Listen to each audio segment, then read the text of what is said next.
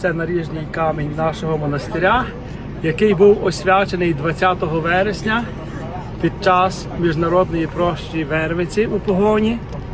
Його освятили Преосвященний владика Дмитро Григорак, владика Василій Турчепець, також отець Йосиф Кралька, наш протоігумен, отець Франциск Онисько, протоігумен Закарпатської провінції, багато наших ігуменів. І дуже цікаво, що цей камінь спеціально для цієї події привезли для нас з Меджугор'я, з Хресної дороги. Ось це камінь з Хресної дороги з Меджугор'я, і ми хочемо, щоб він був наріжним каменем нашого монастиря у Погоні. Сьогодні 5 травня 2026 року.